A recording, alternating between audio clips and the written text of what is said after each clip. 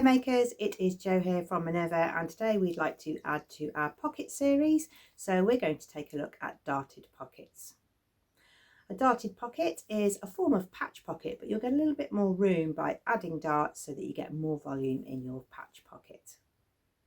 It's an ideal pocket if you want to add volume. If you're putting a pocket on the front of a bag, you can use it on shorts, like so you get more of a cargo short style with larger pockets at the side of your thighs. It'll give you much more room and it won't be so flat. I'll show you how to draft the paper piece and then I'll show you how to sew it, because there's just a few little things to think about on the seam allowance. I've drafted a small sample pocket piece here. I've used gridded paper so you can sort of see the size. This is 1 centimetre gridded paper. So I've allowed 2 centimetres at the top, so I've got a turnover, and I've allowed a 1 centimetre seam allowance, and that is all the way around, including into these corners. My darts are 2 centimetres, so they're only going to be small, but then I need to add on the 1 centimetre for my seam allowance. So that's the shape you're aiming for, and then you're going to cut it out of your fabric.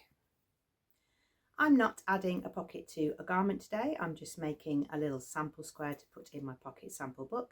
But now we've got the template, I'll show you how to sew it together. I have finished the edge of the pocket top. I've overlocked mine, but you could zigzag along there if you've got a regular sewing machine, or you could fold it down once. It doesn't matter, because as long as that's going to not fray, it will be on the inside of your pocket. I've pressed that line, that was 2 centimetres that we allowed on the pattern draft. If you want a stronger top to your pocket, you could draft a longer top turn down. I've added the seam allowance all the way around, and I've drawn it on with a pencil just for your benefit so that you can see it. But if you want to work accurately, you can use a pen, which removes when you add heat. Now it's time to work on the corners. So I'm going to bring together those darted edges, which is essentially this line and this line to that little apex at the end. You can pin it or you can just hold it together to sew, and we're going to sew along that line. We're going to sew to this point here. We need to leave that bit unsewn, because that is going to be how we attach it to our final piece. If we sew to the end, it's going to be really tricky to try and turn that under. I'm going to do the same on the other side, and we will have created our darted pocket bag at the base.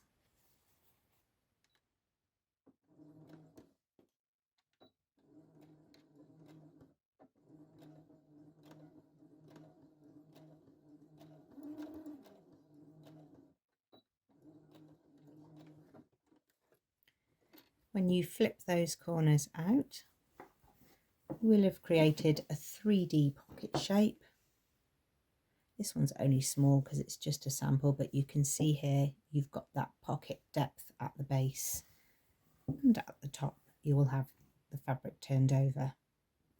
Next, you're going to work with that seam allowance, that 1 centimetre seam allowance, and turn in the edge. And if you've got a line, you can use that as a guide. And now you will see why we didn't sew the end, because now we can work those corners a little bit more easily once they're separate.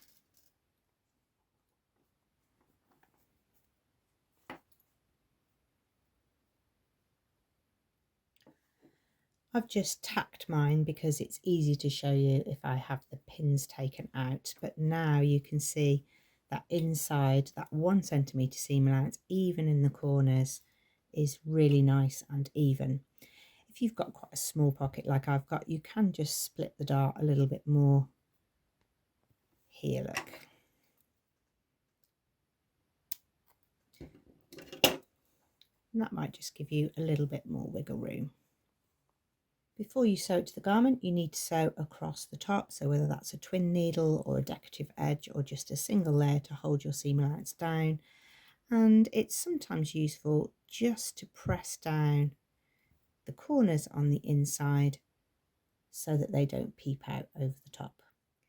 Now it's time to put it onto our sample piece. We're going to edge stitch this on, but we need to make sure that we retain that square shape. So you'll need to concertina the top of your pockets like this, and this will mean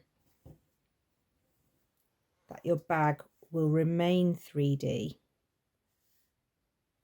and you'll need to find the placement for it. You might find it's easy to give it a press, and then you can always put your hand in and smoosh it about at the end. So first of all, give this pocket a press to get that concertina and to make sure that the darts can act in a 3D manner. You can pin this in position,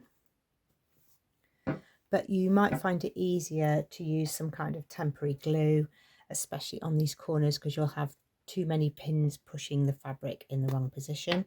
So temporary glue is a little glue pen that you can use to stick areas of fabric down while you sew, and it washes out afterwards.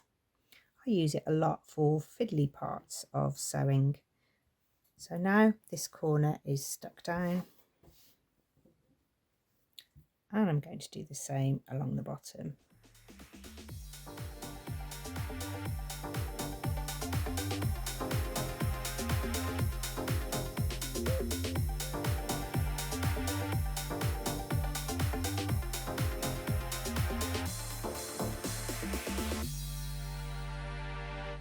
Once you've got it where you want it, you're then going to sew really close to the edge of the fabric. I'm using a different coloured thread, so it's going to look quite obvious where I'm sewing it, but if you use a matching thread and work really carefully, it will look pretty invisible because your pocket on the top will be free moving and will cover up most of your stitching. But as with all pockets, the detail is in the stitching, so make sure you do it as carefully as possible.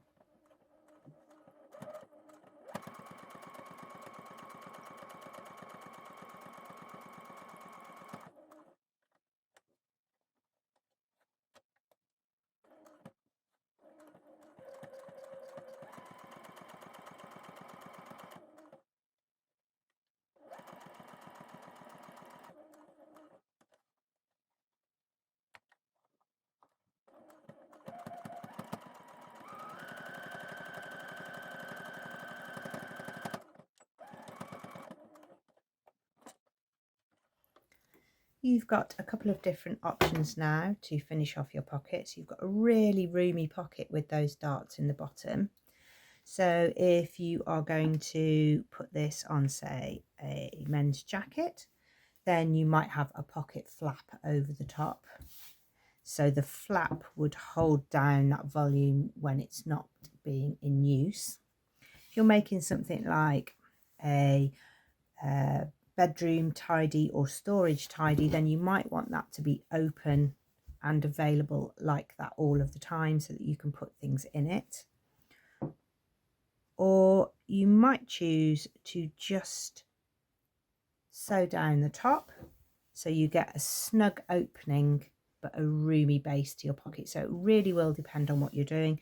You can put a rivet in here, you can put a buttonhole on it, which you would have done, you'll put on your flap and then have a button on here, or you can just put a bar tack at the top here on this pocket top to hold that down. So it will really depend what you're going to do, but you'll start to see this natural crease come at the side where the fabric concertinas up and the dart at the bottom is creating that shape. So that's 2 centimeters, and we allowed 1 centimeter for the seam allowance.